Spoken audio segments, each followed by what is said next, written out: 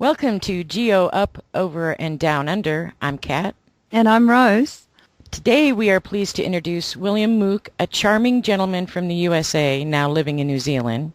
William, a rocket scientist, entrepreneur, and a businessman. His background includes CEO at Mook Industries, where he developed solar-based initiatives.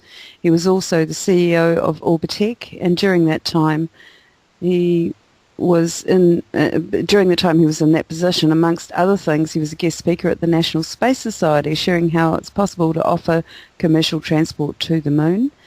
He was also the CEO of Mook Energy Corporation, where he created the field of ultra-high concentrated photovoltaic arrays, and also the CEO of Rapiserve Cash Systems, where he invented the first computer-based cash register and the credit card scanner in the gas pump. Welcome to the show. William, would you like to give us a little background on yourself, please? Sure. I was born in the 1950s, had a strong interest in satellites and space travel, and throughout the 50s and early 60s, I had a great fascination with that. Actually, there's a web page that talks about my life was defined by space travel. If you look that up, you can read about that. And as I emerged from the training that entailed, I realized I could do rather well with that. I understood all the science and things like that. And but the space program ended the years I got out. So of course, as any good student does, you go to graduate and continue gathering more and more information. My first job was at the Environmental Protection Agency in Cincinnati, Ohio. I adapted Navier-Stokes equations. These are a set of differential equations that describe the movement of fluids, water or air, and I adapted those toward the transport of smoke particles, and use that to describe the spread of pollutants in the environment. A lot of laws had been passed, but there had been no understanding of how to make those laws work. So we had to do that, organize our research early on. This was during the Ford administration.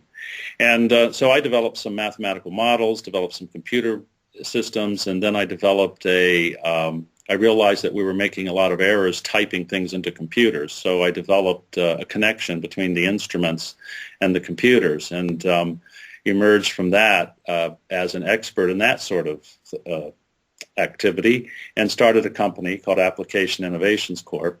That built those and made quite a bit of money doing that. So that was my first foray into industry. And since that time, I've been developing new ideas and starting companies and selling them. In 1996, well, in the 1970s, during the first energy crisis, I had the great opportunity to read a book and a paper initially by Hubbard, a gentleman named Hubbard. He's a geophysicist who in the 1950s calculated the logistic curve of the production of fuel on planet Earth. And that logistic curve predicted that in 1950, that by 1970, the United States would peak in oil output. It won't go to zero, it just peaked and then starts to decline. And then by the year 2010, the world output of oil would peak and start to go down. And he suggested that we start developing alternatives to primary fuel production. Excuse me. So that was a very interesting article to me, and I thought, well, they have the solution. I'm sure some good people will work on it. I was interested in space travel. So as I said, I left school. When I left school, ready to build rockets, the government and everyone else decided to stop building rockets. So I started working in the environmental field, emerged from that in lab automation and process control, which was a hot topic in the 1970s. And but I felt that someday I would do some sort of commercial space development, and that hasn't transpired yet. But I felt that the energy problem would be solved because clearly some very good people had been thinking about it, before I was born, and so they should have a solution.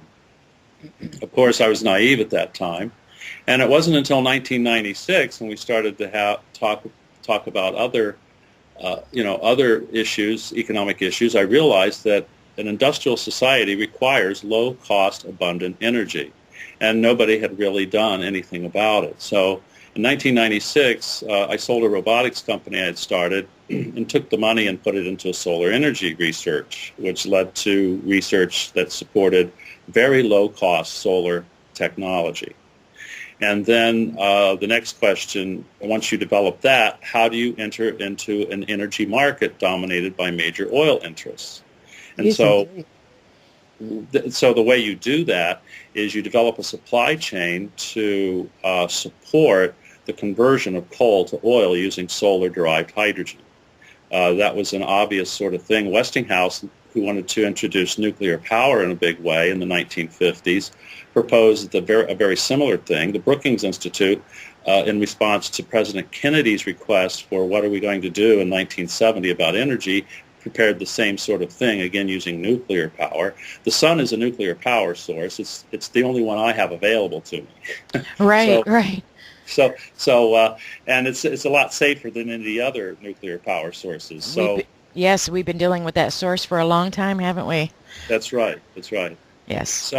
So this is my background. I reached an age and a time and a position in my life where I felt I was in a position to do something, and I looked around and talked to a lot of people in that interval, and realized that nothing has been done. When I was born, the price of oil was $1.50 a barrel. During the first energy crisis, it was $5 a barrel, and everybody was in oil's high price shock. And in 1996, when I started, the price of oil was $16 a barrel. And today, when I solved the problem again and entered the market in an appropriate way, it was $45 a barrel. Mm. And today it's close to 100, and it will, as soon as war breaks out in the Middle East between Iran and Israel, and the Straits of Hormuz are shut down, which is what everyone seems to be angling for. Right. And I'll tell you why I think that in a minute.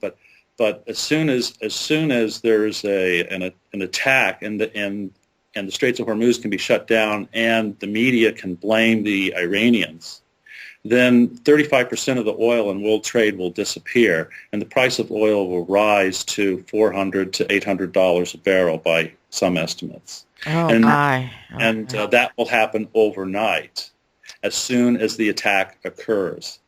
There are agents already, according to some things I've seen online, there are agents out there, not Iranian, but posing as Iranians, to close the Straits of Hormuz as soon as an event can happen. You may recall that there was this false flag story about an Iranian national wanting to kill a Saudi ambassador in the U.S. Yes, I did read that, yes. Right, and it was all sort of BS, but there were reports that, available online to anybody who wanted to look, that there were Mossad agents in the Straits of Hormuz ready to close it down. And, would people really do that? Well, if they've bet heavily on the short position, if they've bet heavily on scarcity, yes, because they're stuck. They're in over their heads. They have to have that scarcity. So when I say that I feel I'm in a very strong position earlier, it's not just that, I could introduce something. Their position is untenable even with their own suppliers.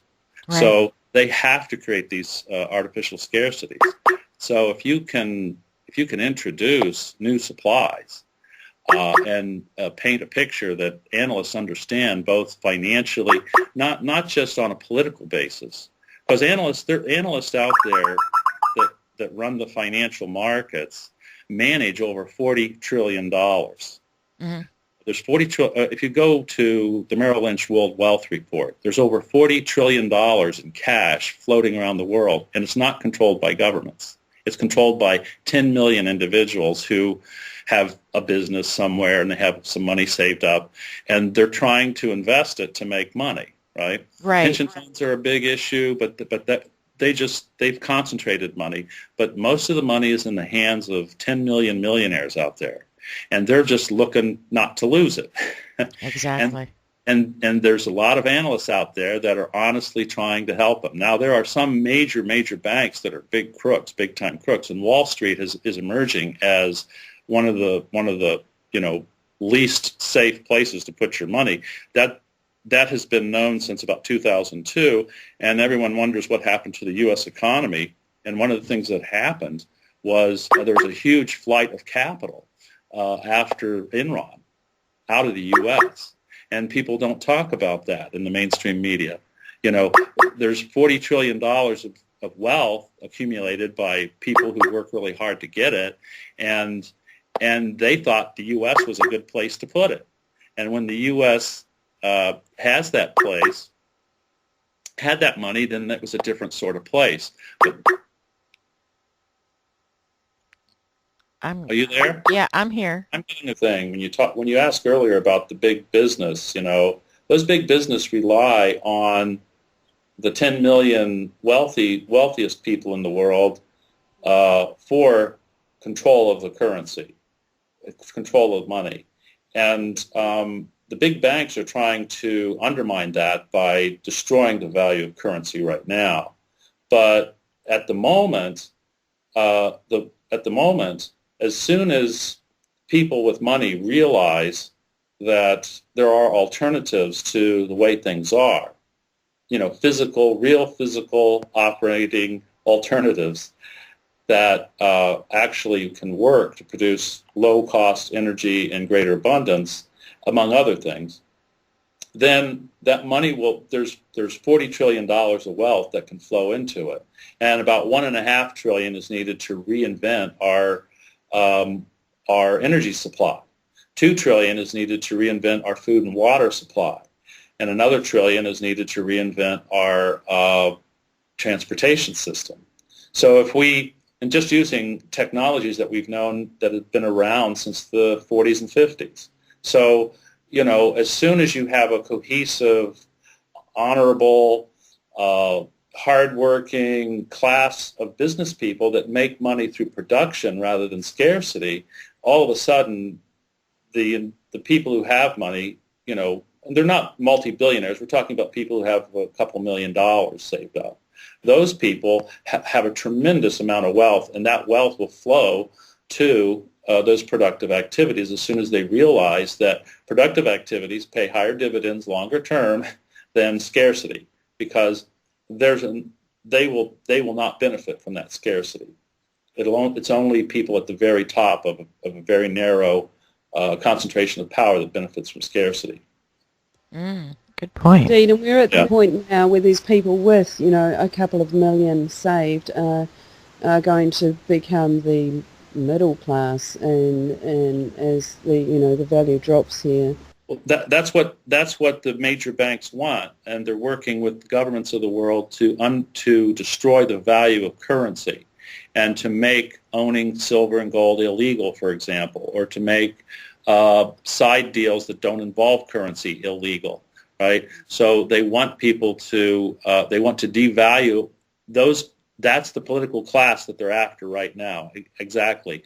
And so you keep those individuals feeling as if they're part of a system that still rewards them, but some tough decisions have to be made about the quote poor. That's the fantasy they're selling now. But what they're doing at the same time, those at the very top are marginalizing and destroying the value of the very currency. So the savers versus the speculators, as Max Kaiser talks about. But the speculators are more than just speculating. They have an agenda.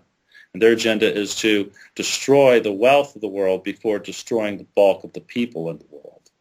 And they have developed those in my estimation, according to what I've researched, my estimation, this has been a long-term plan by a very elite group of control freaks, I guess you'd call them, and so that's I don't know who they are or anything like that. There's a lot of theories and things like that sound bizarre, but they probably sound bizarre because they're supposed to sound bizarre to marginalize any thought in that direction.